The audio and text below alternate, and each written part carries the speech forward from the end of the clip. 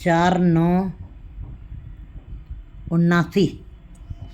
श्री राग महल्ला पंजवा। जिन्ना सतगुर सो चितलाया से पूरे प्रधान। प्रधान मीन्स गुरुमुख, संत, भगत जन, उनको प्रधान की संज्ञा दी गई है।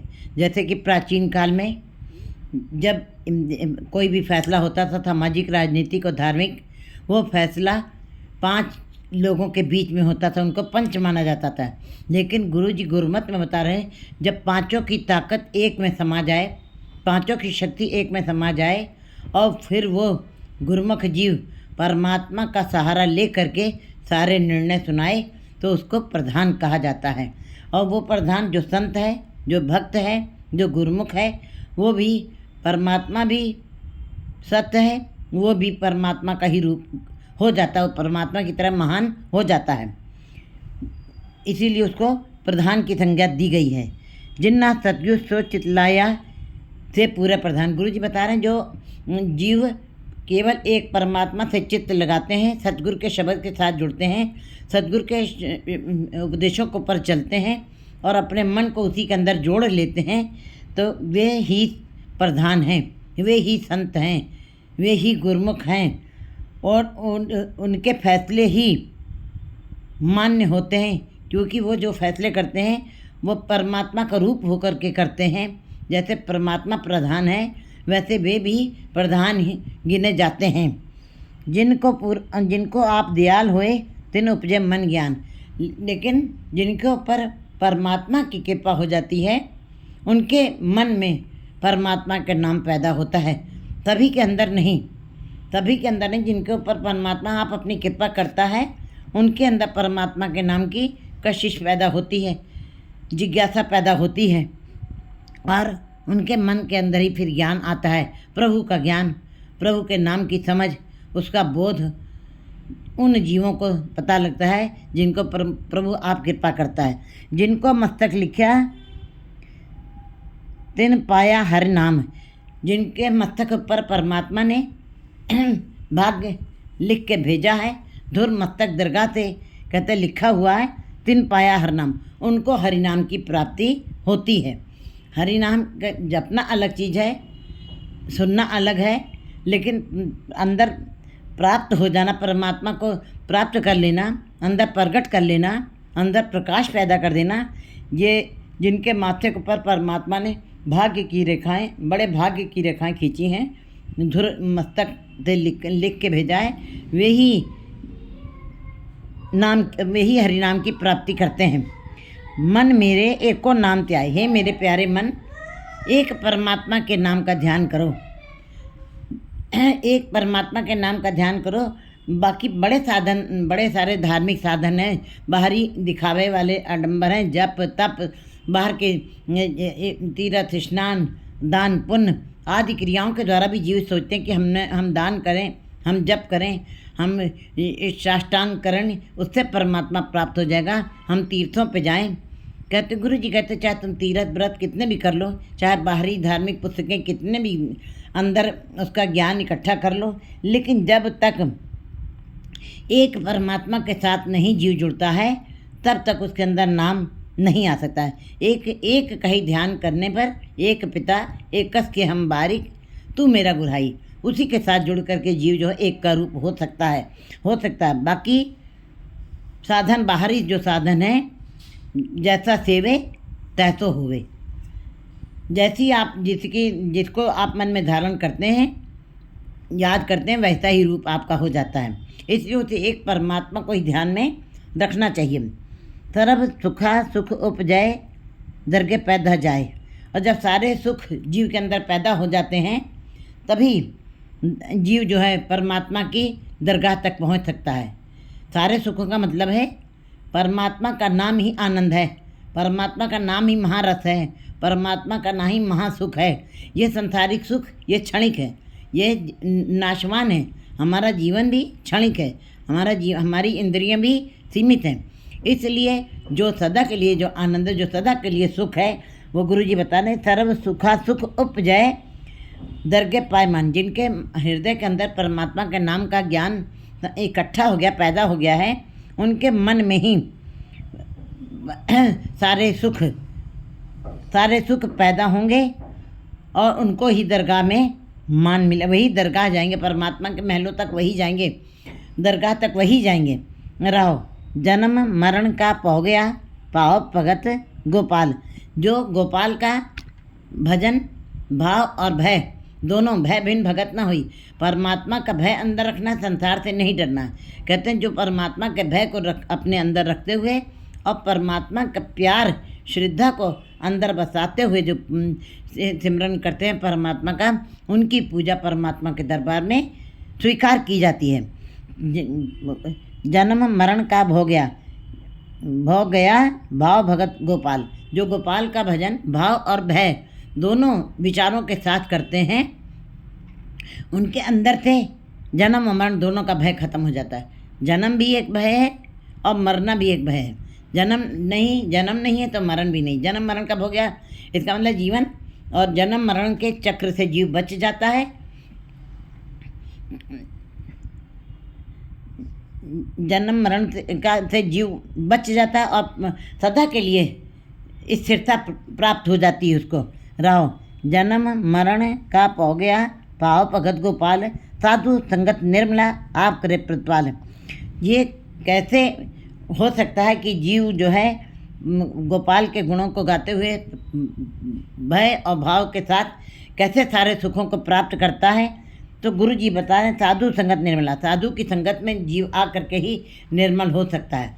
साधुओं की संगत में ही जा करके जीव के अंदर निर्मलता ही आती है, क्योंकि उनकी वाणी, उनकी इंद्रियां जो कुछ भी बोलती हैं, कहती हैं, देखती हैं, वो सत्य का स्वरूप को ही देखती हैं, सत्य का ही व्याख्यान करती। संतों के पास केवल ईश्वर के नाम के सिवा और कोई बात नहीं होती है भक्तों के पास और संतों के पास, गुरुमुखों के पास। इसलिए साधु संगत के अंदर ही जीव आकर के निर्मल हो सकता है। यहीं पर आकर के उसको ज्ञान मिल सकता है और यहीं पर आकर के ये आत्मा के ऊपर जो जन्म जन्मों की मैल, विकारों की मैल चढ़ी है, वो साफ हो सकती है। यहीं पे जीव को बोध होता है कि गुरु की साथ संगत की कितनी महत्ता है। आप करे प्रतिपाल, लेकिन साथ संगत भी उन्हीं जीवों को मिलती है।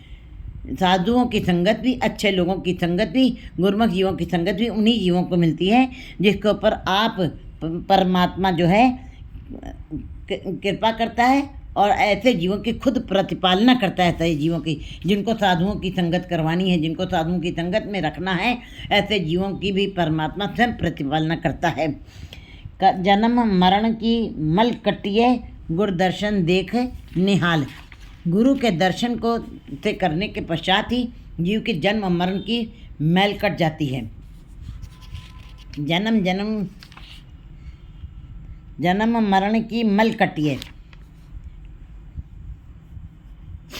जन्म मरण की मल कटिए कहते हैं, जन्म मरण की दोनों की मैल कट जाएगी जीव की।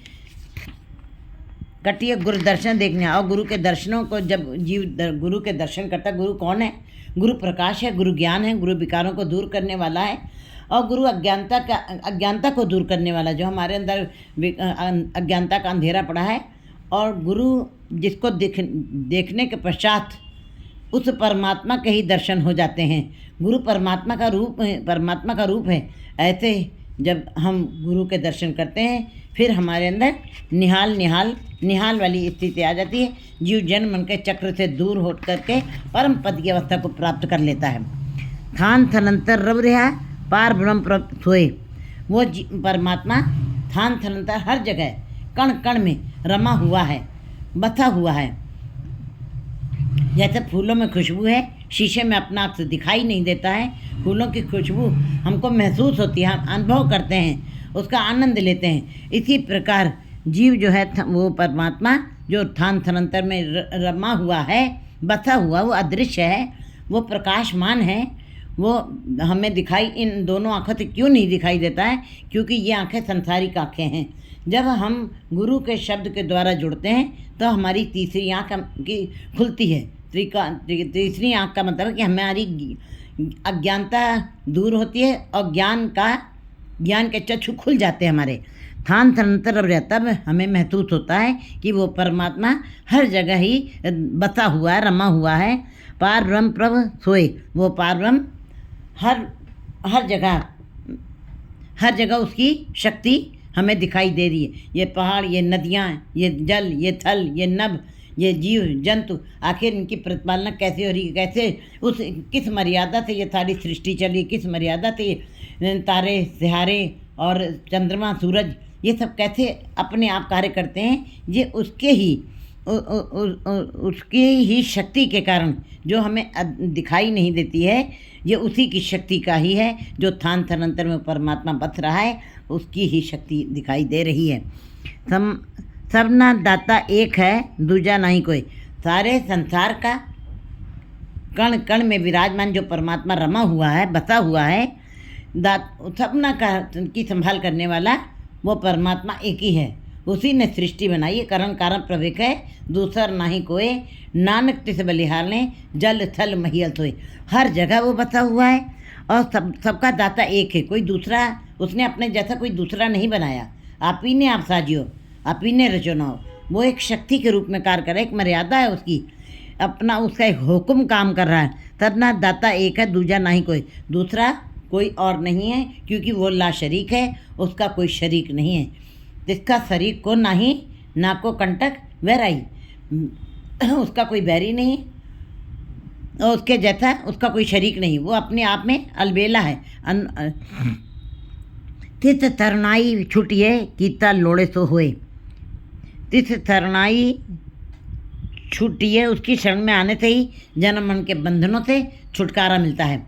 उसकी शरण में आने से ही ये जीवों के बंधन टूटते हैं। एक बंधन है कि हमने चोरी की है तो हमको लोहे के बंधन पड़ जाते हैं, हमने अपराध किया है, हमको लोहे की बेड़ियाँ पड़ती हैं।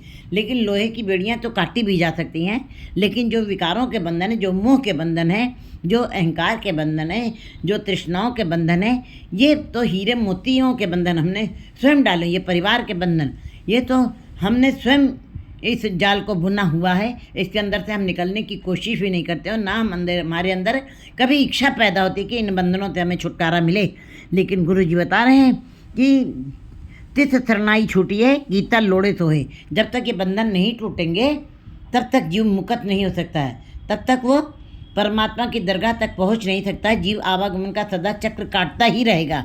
तिस शरणाई छूटिए गीता लोड़े सोहे, और इसीलिए उसी की शरण में जाने से जीव मुक्ति पाता है, अपने बंधनों को तोड़ सकता है और उसी का किया हुआ सब कुछ हो रहा है। किसी के करने से कुछ भी नहीं। ये जंतु, इन जंतुओं के वश में कुछ नहीं, ये लाचार हैं, ये बेचारे हैं। जिन मन वस्या पार ब्रह्म थे पूरे प्रधान, जिनके मन में परमात्मा बस गया है, पार ब्रह्म बस गया है, वे ही पूरे प्रधान हैं। प्रधान मीन्स जैसे कि गाँव के अंदर पहले प्राचीन काल में जब कोई निर्णय किया जाता था तो 5 लोगों को इकट्ठा किया जाता था, फिर वो जो निर्णय सुना देते थे वही निर्णय परमात्मा का रूप समझ के मान किया जाता था। लेकिन यहाँ पे जो पंच की बात हो रही है, प्रधान की बात हो रही है, जो संत जीव हैं, जो गुरमुख जीव हैं, जो भक्त हैं, वो भी प्रधान हैं।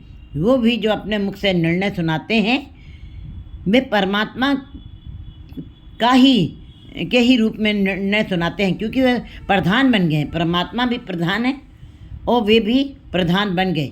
तो इसका मतलब है कि उनके मुख से जो भी निर्णय निकलेगा वो मान्य होगा। वे परमात्मा के स्वरूप को लेकर ही अपना निर्णय सुना रहे हैं। जैसे परमात्मा सुना रहे हैं निर्णय, वैसे ही उनके मुख से भी निर्णय निकलते हैं। परमात्मा का निर्णय और प्रधान जीवों का निर्णय भी एक हो जाता है। परमात्मा महान है, वो प्रधान भी, जीव भी महान हो जाते हैं। वे भी महान हो जाते हैं, वे भी सिरमौर हो जाते हैं। जैसे परमात्मा को सब लोग याद करते हैं, वैसे उनको भी फिर याद किया जाता है, उनकी बातों को माना जाता है, उनकी बातों को ही जीव मानते हैं संसार में भी। जिन मन वत्या पारब्रह्म, लेकिन ये शर्त यह है कि जिनके हृदय में वो पारब्रह्म बस जाता है, वे ही पूरे तरीके से प्रधान हैं। पूरे प्रधान का मतलब परमात्मा का रूप हो गए हैं वे भी। तिनकी शोभा निर्मली प्रगट वही जान। फिर वो अपने मुख से जो भी निकालते हैं, उनकी इंद्रियां, हर इंद्री वो परमात्मा के स्वरूप का ही व्याख्यान दे रही हैं। आंखें जो भी कह रही हैं वो परमात्मा की बात ही कह रही हैं। कान जो भी सुन रहे हैं वो परमात्मा के रूप को ही सुन रहे हैं। रचना जो भी कह रही है वो ईश्वर के नाम कहते हैं। इसीलिए वे उनकी शोभा निर्मली हो जाती है। जैसे परमात्मा की शोभा चारों तरफ फैली हुई, कीर्ति फैली हुई है, प्रकाश फैला हुआ है, बिल्कुल, क्योंकि परमात्मा सूरज है और ये प्रधान जीव भी उनके सूरज से निकली हुई किरण के समान हो जाते हैं। तिनकी शोभा निर्मली, उनकी शोभा भी निर्मल हो जाती, निर्मली कही जाती, पवित्र कही जाती है, स्वच्छ कही जाती है और निर्मली प्रकट वही जान। और चारों दिशाओं में, जहान के अंदर, पूरे संसार में उनकी ये शोभा प्रकट हो जाती है, फैल जाती है और प्रसिद्ध हो जाती है। लोग उनको भी याद करते हैं, उनको मान सम्मान देते हैं। जिन्नी मेरा प्रभु आया नानक तिन कुर्बान। गुरु जी कहते हैं जिन्होंने मेरे परमात्मा का ध्यान किया, ध्याया है, अपने मन में याद किया है, सदा श्वास श्वास जो याद करते हैं, मैं उन जीवों के ऊपर कुर्बान जाता हूँ। 4/10/80